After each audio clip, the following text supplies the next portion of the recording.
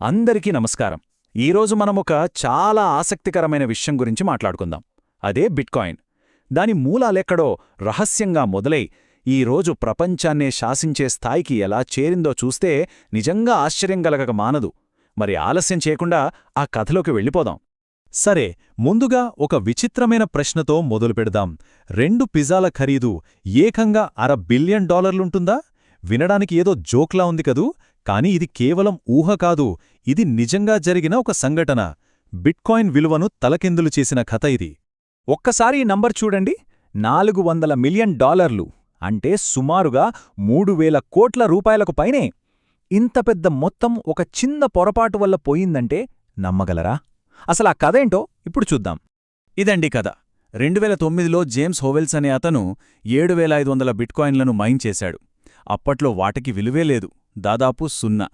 కొన్నాళ్లకి పొరపాటున బిట్కాయిన్లున్న హార్డ్ డ్రైవ్ను చెత్తలో పాడేశాడు. ఇప్పుడు hard drive ఎక్కడో చెత్తకుప్పలో ఉంది. దాని విలువ అక్షరాల $400 మిలియన్. దీని బట్టి అర్థం చేసుకోవచ్చు బిట్కాయిన్ ప్రారంభంలో ఉన్న వాళ్లకి ఎంత పెద్ద అదృష్టం వరించిందో, లేదా పాపం ఈ కేసులో ఎంత పెద్ద దురదృష్టం వెంటాడిందో. సరే, ఇప్పుడు ఇంకో నెంబర్ చూద్దాం. ఇది ఇంకా పెద్దది, $500 మిలియన్. నమ్మలేకపోతున్నాం కదూ.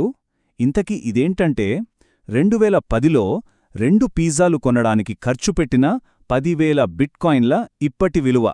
అవును, మీరు విన్నది కరెక్టే, కేవలం 2 పిజ్జాల కోసం ఇంత.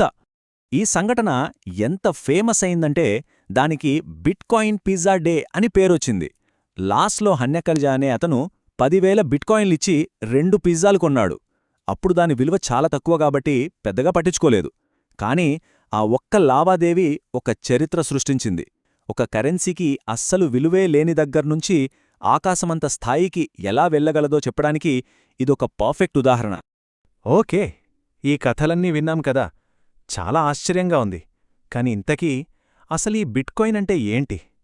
ముందు అది సింపుల్గా అర్థం చేసుకుందాం. అప్పుడే మిగతా కథ మనకు ఇంకా బాగా అర్థమవుతుంది. మామూలుగా మనము ఎవరికైనా డబ్బు పంపాలంటే ఏం చేస్తాం? బ్యాంకు ద్వారా పంపుతాం.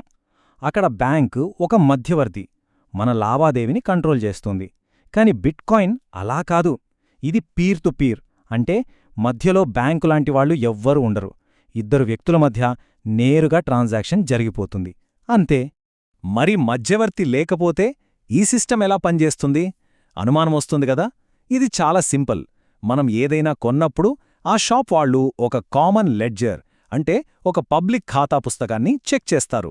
ఈ కొనుగోలు గురించి నెట్వర్క్లో ఉన్న అందరికీ తెలిసిపోతుంది. వెంటనే ఈ ఖాతా పుస్తకాన్ని మెయింటైన్ చేసేవాళ్లందరూ తమ కాపీలను అప్డేట్ చేస్తారు. ఒకవేళ ఎవరైనా మోసం చెయ్యాలని చూస్తే ఆ రికార్డును సిస్టమ్ ఒప్పుకోదు, తిరస్కరిస్తుంది. ఈ మొత్తం సిస్టమ్ వెనక ఉన్న టెక్నాలజీ పేరే బ్లాక్ చైన్. మనమిందాక చెప్పుకున్న పబ్లిక్ లెడ్జర్ ఇదే. ఇక ఈ లెడ్జర్ను మెయింటైన్ చేసేవాళ్లని మైనర్స్ అంటారు. వాళ్లు చేసే ఈ పనికి వాళ్లకి రివార్డుగా బిట్కాయిన్లు వస్తాయి. ఇక్కడ మనం గుర్తుంచుకోవాల్సిన ముఖ్యమైన విషయమేంటంటే మొత్తం బిట్కాయిన్లు కేవలం 21 మిలియన్ల మాత్రమే ఉంటాయి. అందుకే దానికి అంత విలువ. సరే, బిట్కాయిన్ ఎలా పనిచేస్తుందో చూసాం. ఇప్పుడు కాసేపు టైంలో వెనక్కి వెళ్దాం. అసలీ బిట్కాయిన్ అనే ఐడియా ఎలా పుట్టింది, దాని వెనకున్న ఆలోచనలేంటి, వాటి గురించి తెలుసుకుందాం. ఫ్రెడ్రిక్ హాయక్ 1984లో ఏమన్నారంటే, ప్రభుత్వం చేతుల్లోంచి డబ్బుని తీసేసే వరకు మనకు మళ్లీ మంచి డబ్బు దొరుకుతుందని నేను నమ్మను. ఈ ఒక్క మాట చాలు గవర్నమెంట్ కంట్రోల్ లేని ఒక కరెన్సీ కోసం అప్పట్లోనే ఎంత బలమైన కోరిక ఉండేదో అర్థం చేసుకోవడానికి. ఈ ఆలోచనల నుండే సైఫర్ పంక్ అనే ఒక ఉద్యమం మొదలైంది.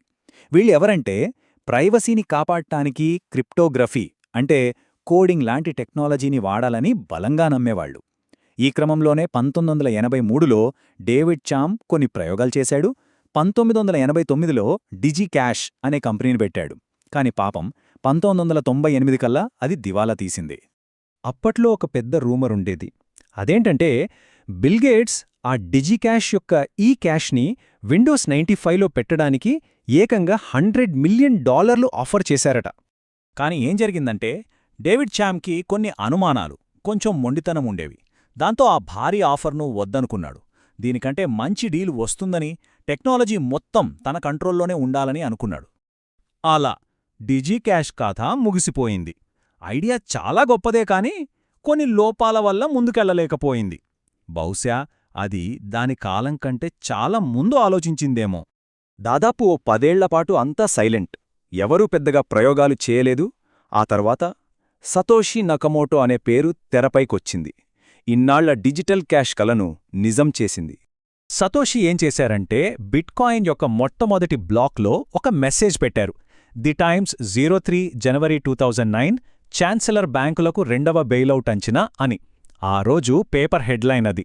దీన్ని బట్టి మనకు క్లియర్గా అర్థమవుతుంది 2008లో వచ్చిన ఆర్థిక సంక్షోభానికి, బ్యాంకుల వైఫల్యానికి ఒక సమాధానంగానే బిట్కాయిన్ను సృష్టించారు. ఇంతకు ముందు డిజిటల్ కరెన్సీ ప్రయత్నాలన్నీ ఫెయిల్ అవడానికి ఒకే ఒక్క పెద్ద కారణం ఉంది. అదే డబుల్ స్పెండింగ్ సమస్య. అంటే ఏంటంటే డిజిటల్ ఫైల్ని కాపీ చేయడం చాలా ఈజీ కదా, అలానే డిజిటల్ డబ్బుని కూడా ఒకసారి కంటే ఎక్కువసార్లు ఖర్చు పెట్టే ప్రమాదం ఉంటుంది. మధ్యలో బ్యాంక్ లాంటి వాళ్లు లేకుండా ఈ సమస్యను ఎవ్వరూ పరిష్కరించలేకపోయారు.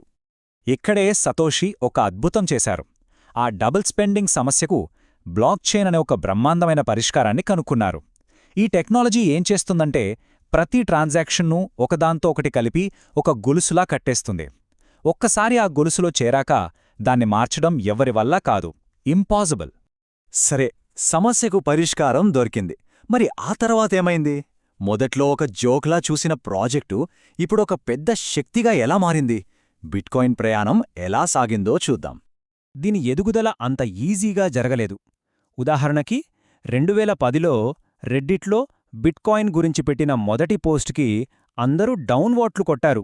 అంటే అప్పట్లో ఎవరో దాన్ని సీరియస్గా తీసుకోలేదు, అసలు పట్టించుకోనేలేదు. మరి అప్పటి పరిస్థితి అది. మరిప్పుడు టెస్లా, పేపాల్, మాస్టర్ కార్డ్, చివరికి మయామి లాంటి పెద్ద పెద్ద నగరాలు కూడా బిట్కాయిన్ను అంగీకరించాయి. ఎంత పెద్ద మార్పు కదా ఇది! అయితే ఈ మొత్తం కథలో ఒక పెద్ద మిస్టరీ మిగిలిపోయింది. 2011లో బిట్కాయిన్ సృష్టికర్త అకస్మాత్తుగా మాయమైపోయారు, తన దగ్గరున్న 1 మిలియన్ బిట్కాయిన్లను అసలు ఖర్చు కూడా చేయకుండా. ఇంతకీ ఎవరీ సతోషి నాకమోటో? ఈ ప్రశ్నకు సమాధానం ఇప్పటికీ ఎవరికీ తెలీదు. ఈ రహస్యమే బిట్కాయిన్ కథను మరింత ఆసక్తికరంగా మారుస్తోంది.